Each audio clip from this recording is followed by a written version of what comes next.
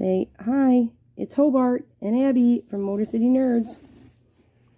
And trigger warning, because we have serious stuff to talk about, so I thought I should put my cute face up here real quick to remind everybody, trigger warning for Interview with a Vampire review. But yeah, Abby with Motor City Nerds here. Trigger warning, this was a lot, so thank you to the person who commented and told me. I want to thank this person who commented. And they look really, really pretty in that blue. I really like that. But KN, thank you for pointing this out to me. I didn't realize. And I really do like that blue. I just can't zoom in on my stupid little studio app. It's a really cool photo, it looks like. It just pops. I don't know. It looks really nice. But either way, thank you for this. And they said, I found it so strange that some people found a way to blame Louis for Lestat being jealous. I don't know how to look at that situation and not see the very obvious abuse there. And they go on to leave very poignant remarks, and I appreciate that. I love getting comments from anybody. I love getting comments like that are informative or just a different take, and I love stuff like that. And they left really good points that I really liked. But when they said that, I was like, well, I'm gonna go scope out Twitter.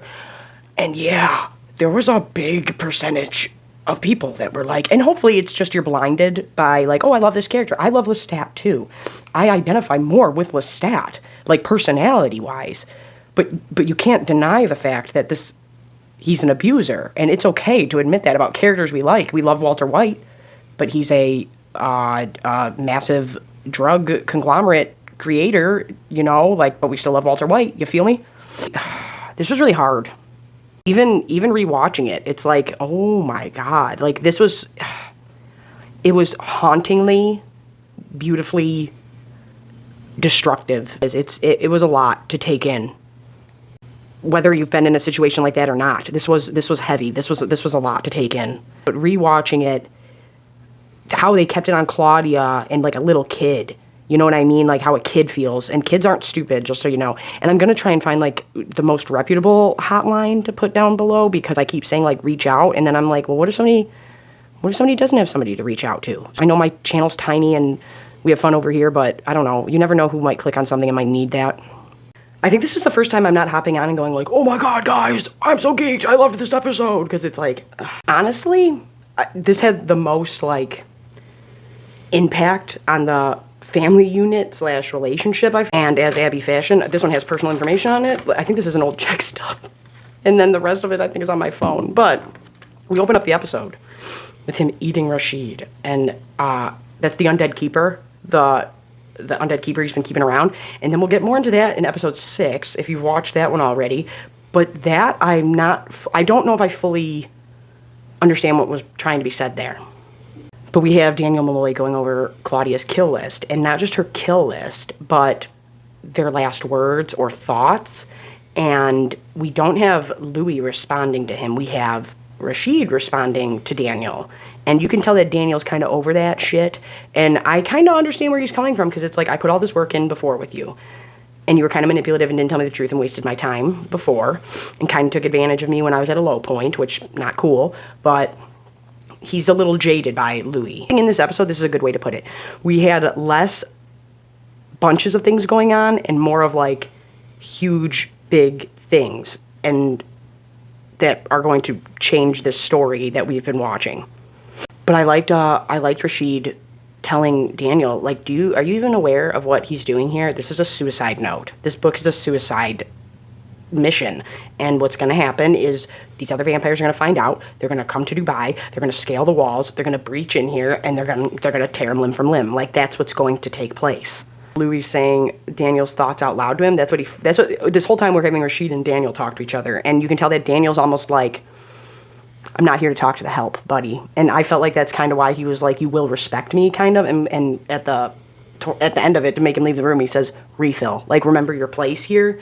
I'm doing this, and I'm a professional, and I'm here to talk to him, not to you. And he's also trying to tell Louis, like, do you get it? Like, it doesn't matter how you feel. You might not want Claudia to be exploited, or you, or whoever. But the fact of the matter is, once it's out, and I feel this, especially, I mean, even with my tiny channel, but I feel this, I was terrified when I reacted to this and started getting comments that were like, oh no, you're terrible. But it's like, once you put it out there, they're going to take it however they want, and they're going to do whatever they want with it.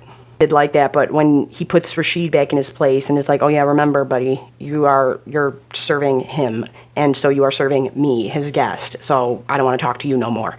And Louis, I felt like just to almost get, even like he says with Lestat, he's like, and that is a real, that I can say that there was a part of me that would do this with my abusive ex, is I after a while, the fights are the only way that you know that they care, or it's like your only way to get like some type of fight back, is like some witty remark. There's a part of you that gets like addicted to the fighting, if that makes sense. So when Louis was saying like, oh yeah, no, a part of me liked baiting Lestat or something along those lines, I felt like he was kind of almost getting a kick out of that with Daniel in this episode until Daniel slaps him. And it's not him putting his hands on him, it's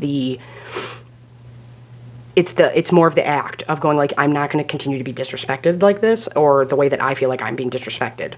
Yeah, he's goading him almost, and he's like, he wants to know what you taste like, and then he's telling him that, and then he's just like, stop, stop, stop. And then so Daniel starts poking Louis back and going, okay, yeah, Claudia this, Claudia that. This is a kill list in a teenager's handwriting. This is disturbing. When Louis said humans died with Charlie about Claudia, that was so sad. And what a cutie pie Charlie was. I can't get over how adorable that actor was and just how cute that character was. At first, Louis like, I think she's on a hunger strike. And we're talking about Claudia after Charlie's death and how Louis is under, and I really liked this, and I didn't catch this the first time I watched it. The second time I watched this episode, and I wouldn't even say the third time I watched it was me really watching it. It was more of like on in the background. But I didn't notice this at first, and we definitely get a more fatherly theme in this episode than I feel like we did in the other ones. The other ones, it was almost like, oh, let's use a baby as a Band-Aid to our toxic relationship that I haven't really picked up on as toxic yet, and we're just living our great little life in our little vampire house, and it was so nice to see that. And now in this, that's all destroyed. And I like the way they showed that through the house being broken too, like literally and figuratively. I feel like this was an extremely relatable episode. Like, you have these two parents arguing about how to discipline the kid, and they can't come to an agreement. I mean, of course, one is extreme and wants to take them out of this world and for their own manipulative ways, and the other is trying to be gentle about it. And it's like, break that down to just, we disagree on how to punish our kid. Extremely relatable. Honestly, it was like borderline funny and comical and a little adorable to see at first, and then it wasn't. Louis throwing the birds in there, he's breaking their wings and throwing them in. He thinks that she's just not coming out. Lestat is going, no, she's been sneaking out, stupid. I know this. And Louis like, no. And like I said, break this down to being a parent, like anybody with a teenager. And one of you are going, no, I know what they're doing. And the other one's going, no, they're not doing that. Louis and Lestat have this conflict going down that's causing strife on their relationship. And Lestat's way to deal with that is to get rid of that person, and Louis is to fix it. If somebody over here is saying, yeah, get rid of a person, there's something wrong with them, okay? There's something wrong with them. I like that they finish each other's sentences. And he says, and your parenting is a little, and Lestat stops him and says, sadistic. And that's what I mean here, like, ugh. I really did love them going into the room, though, and kicking that coffin open and being like, told you, she ain't here. But when Lestat first grabs the diary and Louis yells at him, that's private, don't read that. When he first does it, it's kind of funny. It's kind of like, oh, okay, and in his Lestat dark humor, it's funny until it's not funny anymore, and she's talking about, will I be a virgin forever? Will that skin continue to grow back, like just like my hair does when I cut it? And it's so sad. And you can tell that even Lestat is bothered by that, and I think it's because of the backstory that we got on him and his upbringing, but I definitely think that Lestat, of course, is going to finish what he thinks is funny and do what he wants, and that's why he continues to read it out loud. A little part of Lestat that's like, but he's Lestat, so he's going to finish the sentence and continue it, even if it is a horrible thing to do and read out loud and is the most private thoughts of a person. I mean, I think this is the best show on TV, but the way they're showing time passing without going, hey, stupid, and going like, okay, we're getting to the stock market crash, we're getting to, in the next episode, Poland is invaded, so we know where we're at. And in this one, they specifically say we had to go underground for 7 years, and we didn't get to have a roaring 20s. when she comes home and Lestat's in her coffin. I was like, oh my God. It genuinely startled me. But then Louis comes right in and is like, listen, and they're tag teaming like parents do. I didn't have that growing up because my dad passed away. So I just had the one. But I was like, oh, even I could tell, like, this is super relatable. But then there's a problem. And the problem is Claudia's been, offing tons of people left, right, and center. And she hasn't been disposing of the bodies in a careful manner. And I really liked when Louis was like, what about the next time the Gulf overflows? What about the next storm that comes in? And I was like, oh, yeah, I forgot. People have to worry about things like that. I am from a place where we don't have tornadoes. It's very rare if we have one that does damage. We don't have hurricanes. We don't have snakes that can kill us. We don't have poisonous insects. We don't have poisonous nothing. We are good up here, and we don't deal with things like that. So I didn't even think about that. And I was like, oh, snap. But she's been offing people left, right, and center. And not just that, she's been trying to turn somebody into a vampire. And then Lestat gets pissed. He gets super pissed, and he snatches up her arm, and he's like, what have you done? Even Claudia yelling, I hate you both, and screaming, and then the mirror breaks, and we are reminded again, these are supernatural creatures, not just the average parents yelling at their teen. And Lestat is definitely saying some things that you probably should never say, but either way, this is what I mean. We start to see speakeasies popping up, and we see Louis and Lestat go and talk to this politician, and he is talking to them about a donation for his political campaign. And I liked Lestat freezing everybody for them to leave, and I think that's they don't want witnesses. But either way, they know they have to go clean up Claudia's mess after this guy says, oh, no, we found some bodies. And they're like, oh, yeah, and he's like, yeah, I told them it was probably from the hurricane, but there's 56. And they're like, oh, shit. And Lestat freezes that guy, puts him into the Lestat trance, and then goes up and leaves the mark on his face. And I was like, whoa. But he already told them, like, hey, because you're affiliated with bars and stuff like that, you're probably going to get a knock on your door from the cops, so don't worry about it, because we find out that Louis and Lestat have been paying off political people and cops and things like that so that nobody takes a second look at them. Because, yeah, they don't age, weird stuff, murdering, problems. And they get home, and at first I thought Claudia was faking being drunk, but like I said, I felt like this did really good at showing like two parents dealing with a teenager, like, oh my God. My mom used to say this to us. She'd be like, I love you, but I don't like you right now. And I'm like, thinking back on it, I'm just going like, accurate. I probably didn't like me either. But yeah, we find out that Claudia's intoxicated because of the person she drank. The cop is there.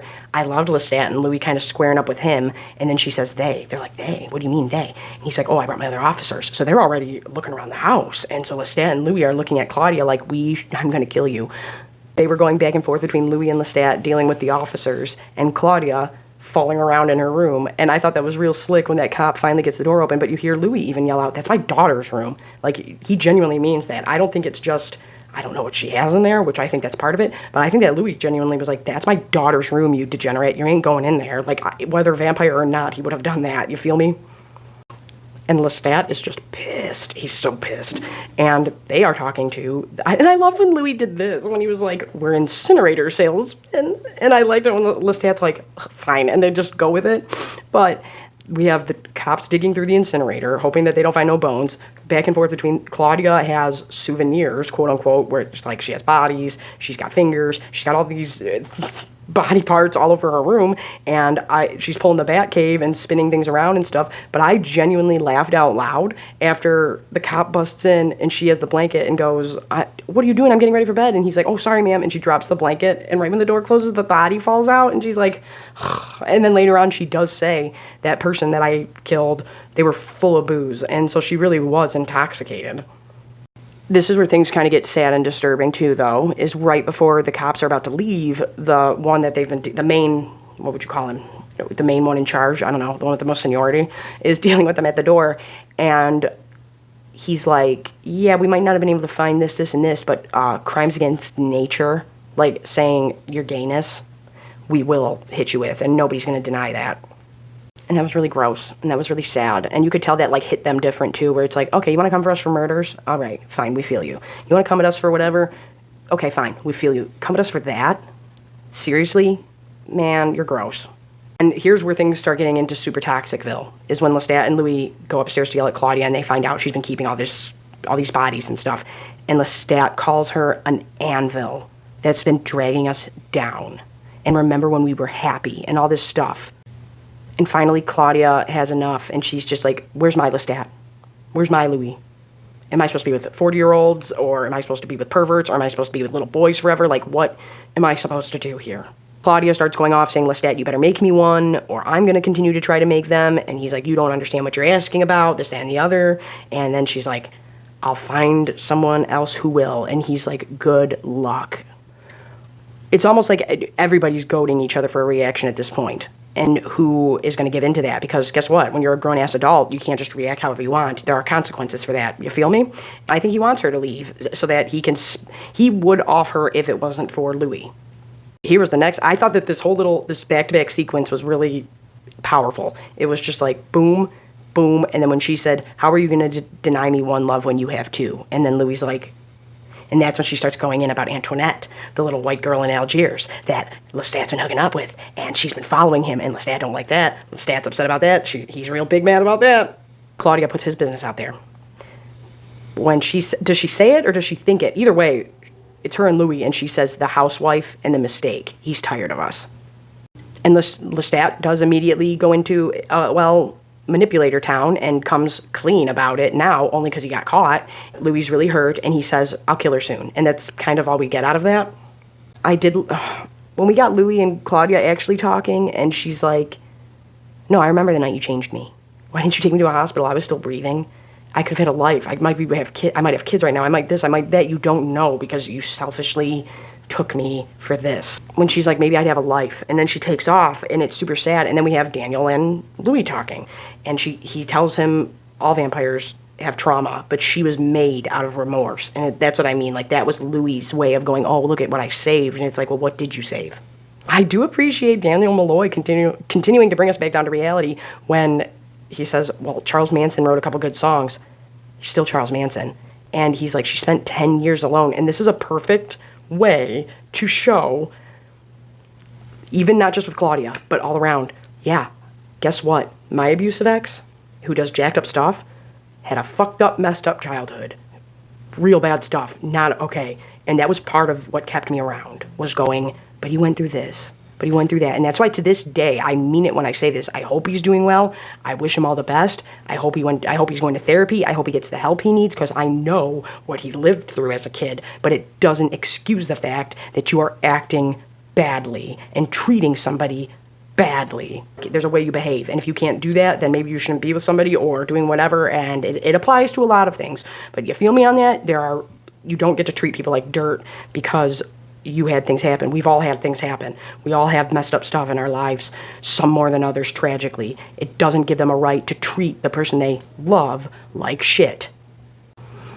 But I did like that Daniel didn't hold back, and he was like, you sound like two whiny queens. That's what you sound like. And then he's like, oh yeah, okay, poor her. I'm supposed to feel bad. And then Louis is rebuttaling and going, she was alone for 10 years. She's stuck like this. And those are valid things to say. You feel me? But I definitely think they were trying to say a lot about all the characters through one. Does that make sense? But we have him saying the girl who'd move a million books. And he's saying how this is going to be the key part. This is what's going to slang books. This is who people are going to be obsessed with. And Louis like, I ain't having her exploited. And he's like, you don't get to choose, bud. This is just how it goes, like I was saying. And I really liked that. And especially with moving it into 2022, that's definitely something that would happen, you know? And I liked the way he said it. But you can tell that both sides, just like in both parts of the story, in present time and back in the day, we're pushing each other's buttons on purpose. We want a reaction. And that's part of the reason why people blame themselves. And they go, I deserved this. Oh, I shouldn't have said that. It is my fault. No, it isn't. No, it isn't. No, it isn't. It isn't. Nobody asks to get the shit kicked out of them or nearly die, or they do die because someone gets hit too hard or someone I'm not going to get into it. But either way, because I'll just go. But yeah, it doesn't make none of it okay. But even here, we have Louis getting madder and madder to the point where he's digging into the table. We have Daniel getting angrier and angrier. And like I said, I think it's because he feels almost like he's being looked down upon. And he's like, I shouldn't be looked down upon just because I'm mortal. They don't come to a understanding, but he's like, keep talking. And he's like, yeah, okay, keep doing this. And then he says, Louis goes into talking about how we had to go underground. 7 years, we didn't get to have the Roaring 20s, so him and Lestat are living in this dilapidated, falling apart house, and like I said, I love the way they're using the house to represent a lot of things as a metaphor. This family unit, this relationship, it's decaying, it's falling apart. And I was just saying this to a friend of mine who's going through a lot right now, and he said, we were talking about things, and I don't know, this is somebody that I talk to every day, and I didn't pick up on it for years, and I just remember him not coming to a thing I was having, and it wasn't a big deal. I wasn't mad that he didn't come, but I went up to him and I was like, hey, everybody came, like, oh, and the way he said something, I could see it in his eyes, and I was like, what's going on? And once he started telling me, I was like, because sometimes guys feel a certain kind of way when you're like, that's abusive, but it was very, it was almost like, oh my God. He was like, I'm so grateful. When I said something, I was like, is it like you're playing chess? This is how I explained to you. I'm like you're playing chess against somebody in your heads, but you didn't even know that you were on the board. And when you see that person is doing, like, I remember looking at my ex's eyes and realizing, like, I knew you could do this, but how long have you been playing in your head against me? And how long have you been doing this? And I call that being in the eye of the storm, and you realize, like, how long have I been in this shit? But I remember saying something along those lines to him, and he looked at me, and we were talking later on after and about things, and he said, I think the hardest part is thinking, like, this is the person, I'm supposed to protect her, and she's the one hitting me. And I was like, yeah. And I feel like our traumas are similar, but different, because I'm going, you're supposed to protect me, and you're putting your hands on me. What the fuck is this? You know, but it's like, it's the same thing on two sides of the coin. And I'm like, I don't know. So I realized that the other day. He said it the other day, and I was just like, oh my God, I never thought of things like that. But the one thing I kept telling him through all of this was, don't allow things to happen that are going to build up a ton of resentment, because there's going to be enough. And when Louis said, when she was gone, it laid bare what was true. All there was a steaming pile of resentment between me and Lestat. But you can tell Lestat's trying to have a grand old time, but Louis is not. And Louis is diving into books and learning, and same thing as Claudia. But he's also keeping an eye on the obituaries and things like that in the newspaper. Lestat is continuing to try to go out. He's continuing to try to go have fun. He's continuing to try to do all these things. And Louis, like, too preoccupied with Claudia's gone. We have Lestat pushing, like, oh, we should go somewhere. We should move. L.A., Chicago, wherever, this and the other thing. And Louis goes, Paris, and Lestat immediately changes his tone and is like, no. Then he says, we should dismantle her room. And this is what I mean. He said something that you didn't like. Now you're going to say something that he don't like. And two wrongs don't make a right. But beating the shit out of your partner ain't okay. We do find out that Louis has been walking and purposely, essentially sending out a radio wave to Claudia, but didn't think another vampire would pick up on that. And obviously he's not okay, and Lestat is bothered by this because he's not enough. An abuser does not love themselves. They don't know how to love. So they don't, hence what he says at the end of the episode, so they can't accept love if they don't love themselves. They can cover it up with all this other shit of things, I got you and this and that, but they don't know how to truly love. And when Louis said to him, just to piss him off, like I said, they're both doing this to each other. Lestat's trying to do something, and Louis says, or I could just read the first 10 pages of every book and pretend I'm cultured like you. And Lestat's like, come on, man. Louis admits, I took an unsavory delight in coming for Lestat. We got a shout out, guys, from the rapist. That's cool, you know, whatevs. But this guy says, oh, I was working for Mr. Henry Ford up in Detroit. I work for Mr. Henry Ford in Detroit. They obviously needed a reason to send this guy over and send him back, but we got that, guys. But before we hear that little part, we have Bruce coming up and not saving Claudia, obviously, and we see the head in the fire, which I liked that later. But yeah, we have this gross racist at college, being racist and gross at college. Pretty similar to today, you know. Some gross person in a Letterman jacket being a creep outside the library, you know, normal, and shouldn't be. But he's coming at Claudia for segregation. He's saying, like, you aren't allowed to be in this area. And she says, well, my mom cleans and this and that, which is super sad. You shouldn't have to say that. And I thought that was really, really sad. And the whole time I was like, kill this guy. But then we have Bruce pull up on his motorcycle, and then he's like, wah, those are against the rules. And she's like, they allow this guy to think this is just a normal I'm checking you situation, and it is not. And let me look up this actress's name, because she's absolutely killing it. I can't speak more highly. No, not Kirsten Dunst. Bailey Bass? Is that her name? Yeah, Bailey Bass. I hope it's Bass and not, I don't know if I'm pronouncing Bass right, and it's not Bass. Either way, Bailey Bass, she's killing it. She's killing it. But she looked so happy at that fire, because she was just so happy to have someone to relate to and talk to, and then it turns real quick. But we find out that this guy was working at Ford, got sent over to Copenhagen, and then was changed, and she starts asking about his maker, and then they both say, oh, we have that in common, we're running. But I thought it was kind of funny when he said he was weird, he was European, and how they didn't get along, and he was strange and weird, and he got shipped back to America in his own coffin. Claudia finally has this person to talk with and relate to, and might be her Louis or Lestat, and then we find out very quickly he is not. And whoever's doing the music, you're doing a great job, because I always speak very highly about this when things do it correctly. And House of the Dragon had a couple episodes they did this in that it was very, very good, is the absence of music is sometimes even louder and better, if that makes sense, and it's done correctly. Whoever's been doing the music in this is killing it, and whoever's doing the sound editing is killing it, because all of a sudden this tone just shifts. And it's like, oh no. And it's the second he says, oh, I heard him calling out for you. And you're like, oh, so this wasn't just a run-in. Claudia asks, how'd you do that? Or how'd you hear it? And he goes, well, I had good years when I was alive, and I have great years now. Which I was talking about in it might have been in my reactions, where it's like, normally in vampire stories, the powers that somebody gets are similar to an attribute that they had in their life, and it's just heightened in a supernatural way now, and that's normally how it goes. So I liked them officially establishing that little bit of information. We end up essentially finding out that because Louis has been sending these signals out to Claudia is why she started getting hunted by this guy and by Bruce. She says, how long have you been following me? And he says, 4 or 5 colleges. So maybe she's just been hopping along to see what schools have what information, because she does say that later in the episode about how she read text from Hungary, myths from here, Romania, of course, gets dropped. Either way, this guy's been following her for a minute, and this wasn't just some chance run-in. She realizes that real quick.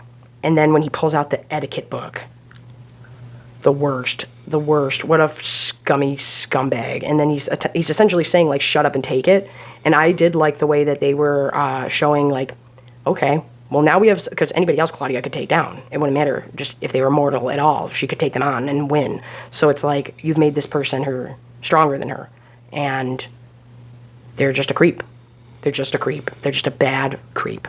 But it is kind of Louis' fault. And I think that's why the pages were missing. I do. I think that's why the pages were missing, because I think that probably a big chunk of Claudia blames Louis for that. At the same time, though, I just had a thought. If I was a vampire and somebody told me there's more than 2 of us, and I did something like that, or attacked one of them, I would be thinking, like, they're going to go back and tell the others, right? But then I guess the same thing could go for him. This traumatic, horrible thing happens to Claudia. She is about to go home, but before she goes home, and I loved them wrapping this up, we have Louis talking to his sister at the cemetery, and she's the one who has him declared dead. She's the one who has his name put on a tombstone, because she's like, in my heart, this is what I have to do. This is what I need to be able to move forward. I don't know what's going on with you. And I loved when she said, I sat across the table from him. He did this, he did that. You are not my Louis.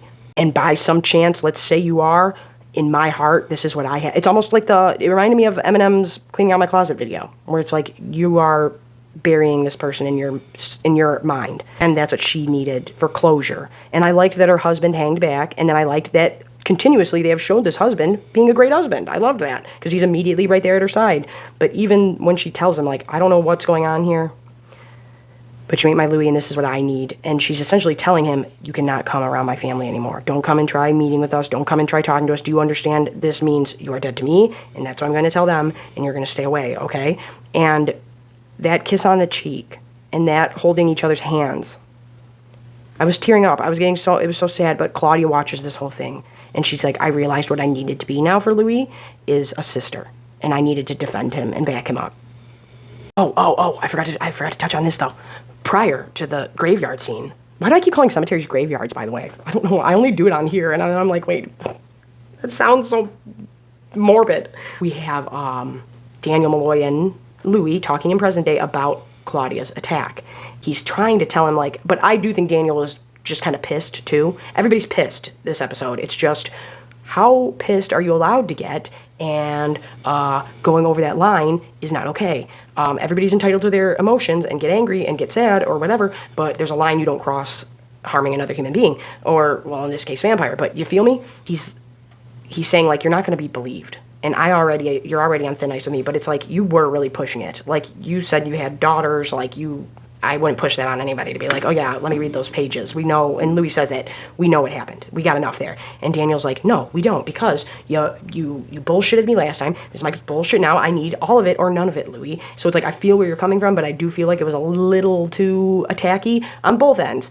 But we have Louis making Daniel's Parkinson's act up. And that was like, oh no, oh no, oh no. And then Daniel, and I really did like this, getting up and slapping Louis. And like I said, it's not the slap. It's not the hitting somebody. It's the action of, you all can see a slap. I didn't punch you. I wasn't trying to do damage. I'm slapping you. There's a motive behind that. There's a reason to do that. And it's like, I'm telling you, take it down a notch. And then it's like, okay. And I think Louis kind of respected that out of Daniel, because Daniel is fully aware of, like, I'm not going to win a fight. So that's not what he's trying to do. He's trying to send a message like, remember, we are equals in this conversation. Okay, so now let's get into the hardcore stuff. We have Lestat saying something along the lines of, Claudia's gone and I'm right here. And you can tell that bothers Lestat, that it's like, I'm not enough, huh? And it's like, no, Louis cares for this person like it's his child. And he thought you did too. Really, there's a really cool shot this episode of Louis up top. Oh, it was right before he goes to the cemetery to meet his sister. He's up top on the balcony smoking, and Lestat's down below smoking, and that just speaks volumes of, like, heaven, hell. I see what you're doing there. Good, bad. But we do find out that Claudia not only followed him to the cemetery, but followed him at the graveyard. Claudia's been following Lestat and Louis. That's who I got. And she was following them for a minute, and then she comes home. And when you see them hug, and you see how mad Lestat is, that's when I knew, oh, whatever they warned me about on YouTube, it's about to go down bad, isn't it? But he even says it, he's like, oh, the prodigal daughter, making a joke.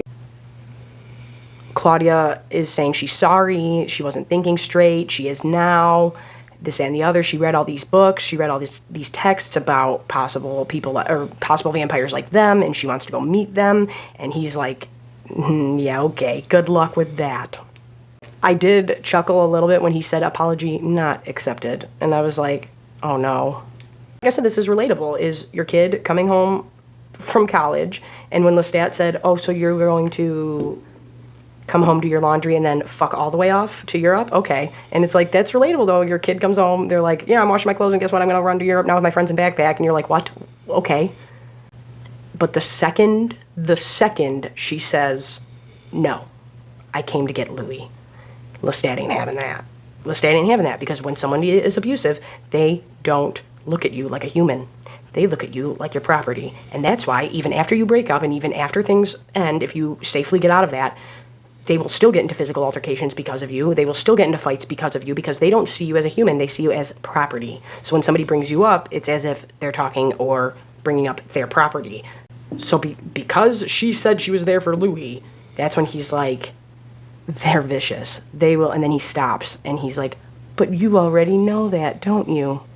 But Claudia ain't taking that shit. Claudia ain't taking that shit. And this is great. And like I said, Bailey Bass, you are killing it. You are absolutely killing it. I knew every emotion this girl was putting out into this, and I could feel it through the screen. It was so great. From her being so happy to find somebody to relate to 5 seconds later that you are terrified, because you're like, oh no, oh no, oh no, and there's nothing I can do about it. And then there's her coming home and being like, do you want to know what? I don't care. I'm going to stand my ground. And she's like, yeah, that's right. Keep him scared. Yeah, that's right. Keep him confused. Yeah, that's right. Omit information so that you feel like you have the power over us. That's bullshit. And she's telling Louis what Lestat is.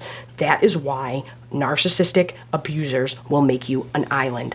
Everything's all fine and dandy. This friend's cool, that friend's cool, this person's cool, your family's cool. But then slowly over time, there's an issue with them. There's a flaw in them. They're this, they're that. And then you start backing off. You stop hanging out with them as much. And then they have you. All of a sudden you look around and you're like, how long have I been alone for? And you're not alone. And that's why I always tell people, reach out. Reach out. I guarantee you there's somebody waiting for that phone call from you. But when she holds her ground and is like, no, Louis, don't listen to this shit over here. He's full of it.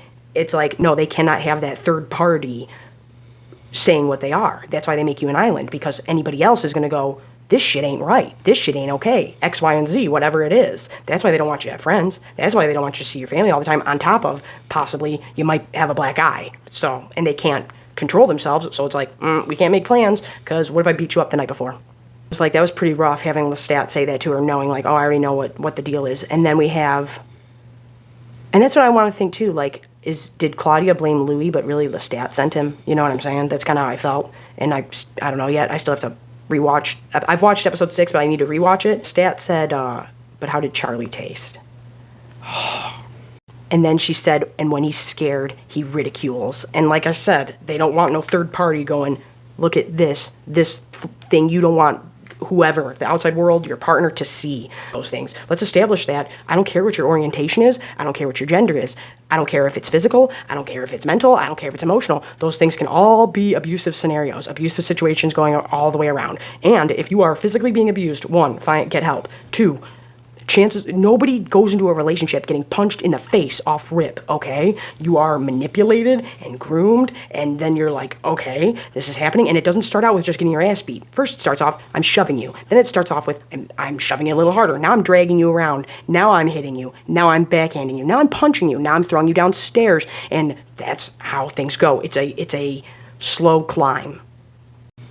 But the second Louis actually questions going with Claudia, not saying yes, not walking out the door, not packing his bags, the second he even fathomed the idea of leaving with her and not staying with him is when Lestat goes into Furious Town. Remember in the other episode when he said, I know when you guys are talking in each other's minds. Like, I can tell when you're doing it. The second they start to do that is when he goes for Claudia. Now, here's where I was like, okay, maybe somebody just made some rash tweets all quick of like, oh no, I do that all the time. I love Lestat, yada, yada. And people just kind of made it blow up. And it's like, I don't really love all of what's going on here. But, so I'm hoping that was kind of it. But yeah, I don't care. Man, woman, man, woman, man, whatever. You don't get to beat the shit out of your partner. You don't get to do that. You don't get to do that. I don't care how upset you are. You don't get to do that. But even in watching it again, I'm like, okay, well, let's try and see why people might argue this outside of what I'm saying. And then I was like, did Louis put his hands on him first? Did Louis? And I'm like, okay, well, Louis yells, get the fuck off of her.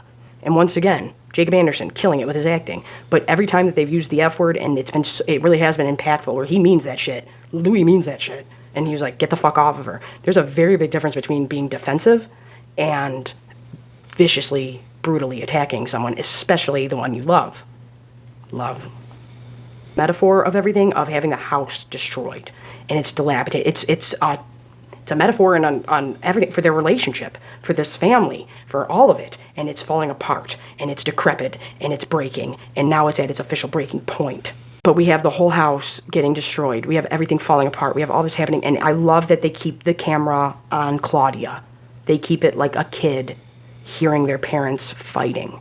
And even when we get to the scene of Louis saying, and I don't know if this was out loud or in her head, of saying like, stay where you're at. It's okay, don't come in the room. You don't want to see mom with a black eye. You don't want to see dad with a black eye. You don't want to see mom or dad holding a weapon to mom or dad. You know what I mean? Stay out there. It's okay. Everything's okay, sweetheart. No, it's not okay. You know what I mean? And that broke my heart. It's really hard to watch. Even rewatching it, it's hard. But like I said, I was trying to be like, how can you justify this? I can't.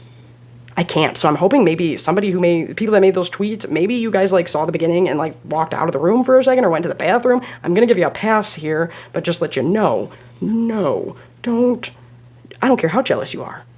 When they stop and show Lestat continually beating him and not stopping, and Louis isn't swinging back, and that's what I mean here. It's not like they were squared up fighting. He is taking this beating. He's not swinging back. He's not fighting back. And you're doing this as a display of power. Through this kid that thinks they caused it. They didn't cause it. She's not the cause of Lestat's fury. Lestat is. Lestat is the cause of Lestat's anger. Lestat is the cause of the abuse. Lestat is the abuser. It is what it is. You can still love characteristics about that character. Showing her seeing the house falling apart. It's how you would feel inside. First beating going down, and then they're in the other room. We hear that coming from Louis, and then she's sitting there and she sees her reflection. And I think that was more of Claudia saying like, I know what I am. And was this me? So seeing this vulnerable kid hearing their parent go, it's all good, everything's okay, stay out there, and then having the entire wall obliterate was so, oh my God, and just going like, oh, it's not stopping. It's not stopping. It's not stopping. How far are you going to go? How far are you going to go? Please stop.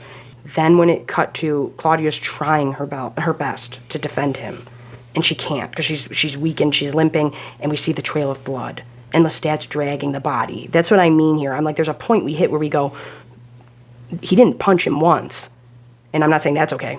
But, okay, I'll give you a heated exchange back and forth. Things happen, whatever. You're intoxicated. Something happens. You swing, you hit somebody. Sometimes that happens. That's not what this was. This was a beating on one end with power over another. And when he was dragging Louis' body, and you see the trail of blood and the music and all of it, it's so stomach-turning. And you're just like, but I love this couple, and I want them to be okay. But the truth is, no, nobody's okay after that. But then we get, and this was pretty iconic, the float up. And then I did love this when he's like, tell me you don't love me. Tell me you don't love me. Because like I said, an abuser cannot love themselves. So they cannot accept love from somebody else. They can't. And it's really sad for them. And even worse for the person that you're beating up on. Just say it. Just say it. And Louis doesn't give him what he wants. Louis says, get your hands off of me or let me go. And he's like, I give you anything that you wanted in this world or whatever. And he lets him go, and he just lets Louis fall. And I was just like, oh my God. So it's almost like a fall from grace, if you will. Immediately have Claudia running up to get him, and you can tell she just is so distraught. I knew exactly how this girl felt. And especially when she turns around and looks up at Lestat, where she's like, I don't give a shit if you fly. I don't give a shit if you float. I don't give a shit what you do. I am going to do everything that I can to come at you now, and you better be ready for it. I might lose, I might win, but I'm going to come for you either way. And I loved it. But oh my God, guys, this was a lot. This was heavy. This was a lot. And I think that's kind of also why I was like, oh yeah, I'm not feeling so good. And I wasn't feeling good. My voice was all jacked up. And I had the sniffles real bad. I couldn't stop sniffling. Yeah. I don't know how to end it. This one wasn't like fun. This one was like, super sad. And if you need help, reach out to somebody, whether that be family, a friend, somebody's waiting for that call from you. If you are in a situation like this, it's not cool and it's not okay. And, yeah, don't defend abusers online. That's not cool. And I'm Abby with Motor City Nerds. Like, share, comment, subscribe. It really helps me out.